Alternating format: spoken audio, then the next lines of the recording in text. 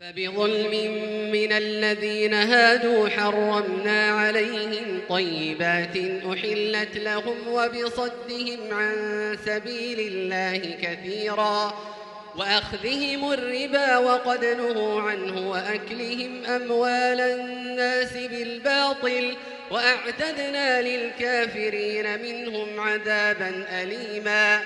لكن الراسخون في العلم منهم والمؤمنون يؤمنون بما أنزل إليك وما أنزل من قبلك والمقيمين الصلاة والمؤتون الزكاة والمؤمنون بالله واليوم الآخر أولئك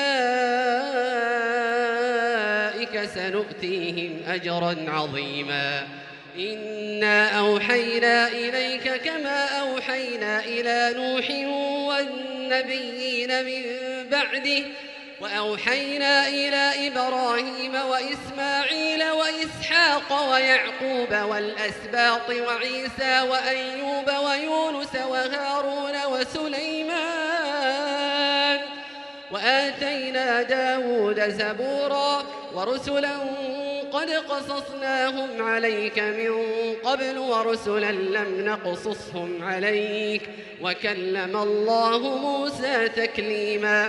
رسلا مبشرين ومنذرين لئلا يكون للناس على الله حجة بعد الرسل وكان الله عزيزا حكيما.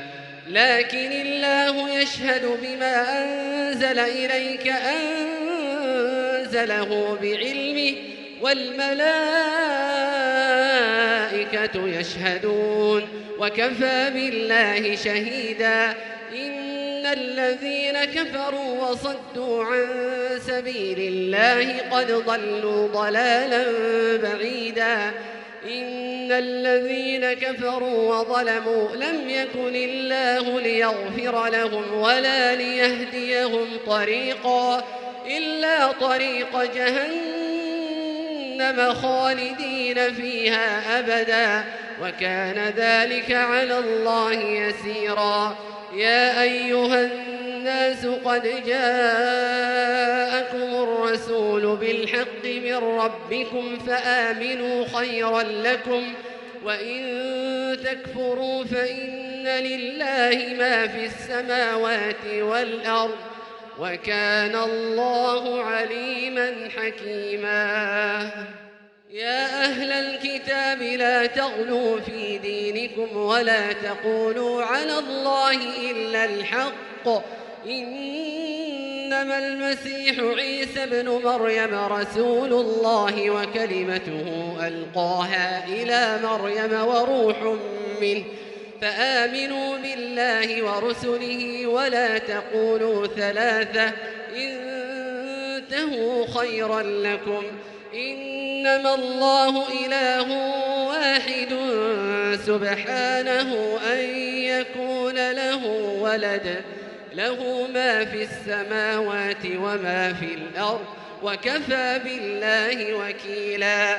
لن يستنكف المسيح أن يكون عبدا لله ولا الملائكة المقربون ومن يستنكف عن عبادته ويستكبر فسيحشرهم إليه جميعا. فأما الذين آمنوا وعملوا الصالحات فيوفيهم أجورهم ويزيدهم من فضله وأما الذين استنكفوا واستكبروا فيعذبهم عذابا أليما ولا يجدون لهم من دون الله وليا ولا نصيرا. يا أيها الناس قد جاءكم برهان من ربكم وأنزلنا إليكم نورا مبينا. فأما الذين آمنوا بالله واعتصموا به